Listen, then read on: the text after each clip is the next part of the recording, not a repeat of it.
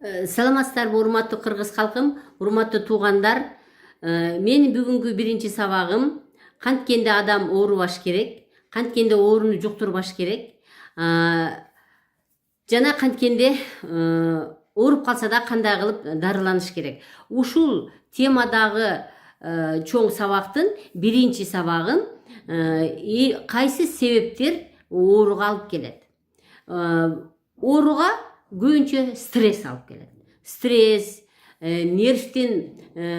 нервтенүү, тез кыжылат болуу, кандайдыр бир нерсеге көп күн, көп жылдар жүрөгүндө ызан алып жүрүү, болбогон нерсеге эле кыжылат болуу, ушул нерсенин бардыгы биринчи себеп болуп, ушул нерселер организмдеги оорулардын алып келүүсүнө түрткү болот.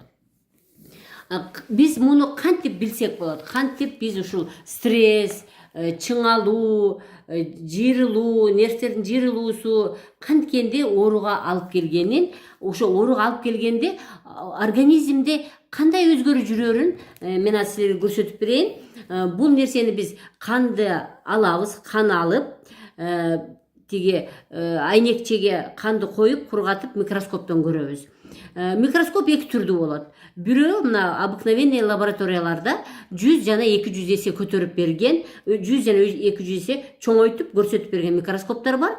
Андан тышкары темнопольный микроскоп бар. Темнопольный микроскоп биздин препаратты 1000 жана 2000 эсе чоңойтуп көрсөтөт дагы. Ошо биз алган кандын ичиндеги кандай өзгөрүүлөр болуп атканын абдан даана көрсөтүп берет.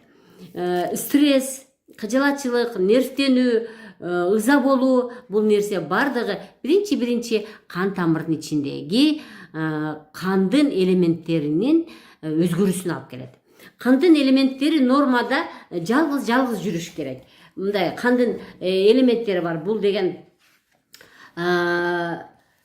эритроцит, тромбоцит, лейкоцит, ушул нерселер нормада жалгыздан айланып жүрүшөт да. Мына мен сиздерге мисал келтирейин. Мына караңыздар. Жалгыздан кандын элементтери кан тамырдын ичинде айланып жүрүп, ар бири өзүнүн кызматын аткарат.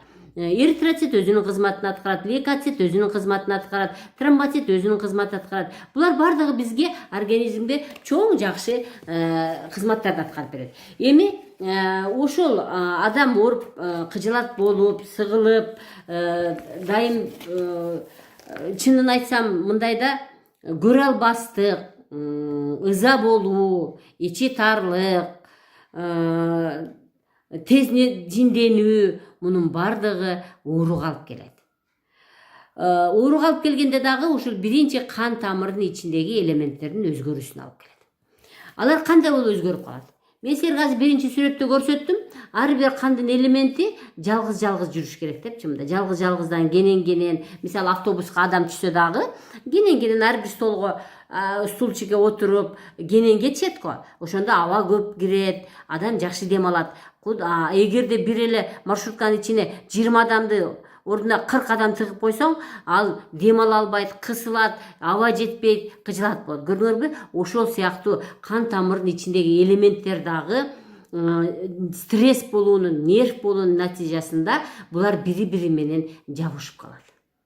Мынакей, бул столбики деп коет. Мындай тыйындарды, нанды, мисалы набайда нанды жапканда бири-бирине мынтип коюп туран алып кетишет го. Ушундай болуп булар бири-бирине жабышып калышат. Бул мезгилде болсо, бул слаж деп коет. Прям тыйынды бири-бирине кошуп туруп коюп койсоң, ошондой болуп булар бири-бирине жабышып калгандай акыбалда болушат дагы. Булар өзүнүн кызматын аткарып бере албайт. Эритроцит бизге кычкылтек жеткирип берет. Гемоглобинди кармап турат. Эми ушул кызмат начарлай баштайт. Экинчи бир себеп стресс болгондо бул лейкоциттердин абалынын өзгөрүшү.